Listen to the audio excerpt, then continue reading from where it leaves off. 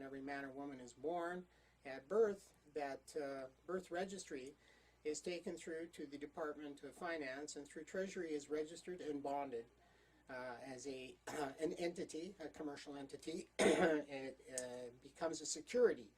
The paper which with the birth certificate is printed on banknote paper. In Canada, this is a fact. Canadian Banknote Company makes the banknote paper for all of the instruments that are used for securities and have value, and the birth certificate is one of those instruments. It does have a value, bonded at birth, for $8 million, and you can find this in the regulations of the Canadian Ownership, Control and Determination Act on Justice Canada's website. It's important to note that the regulations are the 1984 regulations. You may get a little bit lost, but if you keep looking, you will find the regulations. In Schedule 2, which are near the bottom of the list there, you will find the value of life for male and female, and you will see that there are 6 digits there involved, or pardon me, 7, which would mean we're speaking in millions of dollars, and it's like a $7.98 million every man and woman is bonded for at birth, and it accrues value at an increase of 12.3% per annum. Those are the annuities paid to the trustee for the beneficiary. You are deemed as the beneficiary. You are deemed as being beneficially owned. You are deemed as being a person owned by another person. In that document, at the Canadian Ownership, Control and Determination Act, in the definitions, will tell you that one person is owning another person and how much equity they own in that person.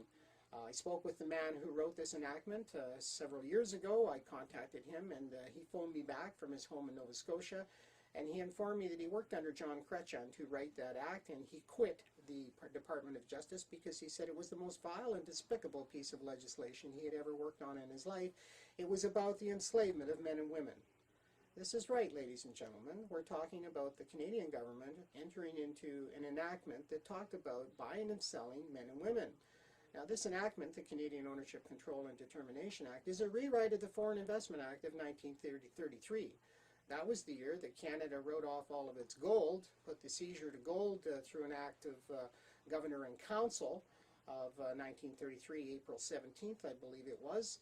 And from that point on, they had to bond men and women to give value for the paper money that was being distributed, because the receivership had already put the company, known as Canada, in a bankrupt position, but there was more money owed.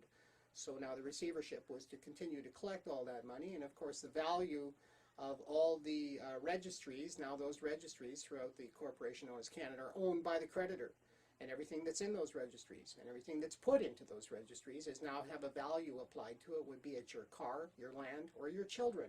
And that value is now listed as being owned by the creditor. And the creditor takes those bonds that are created on those values and it trades them and exchanges them on the stock exchange. And if somebody should have a claim against them in the courts, or a claim against them medically, etc., then that bond is attached to and money is extracted from it.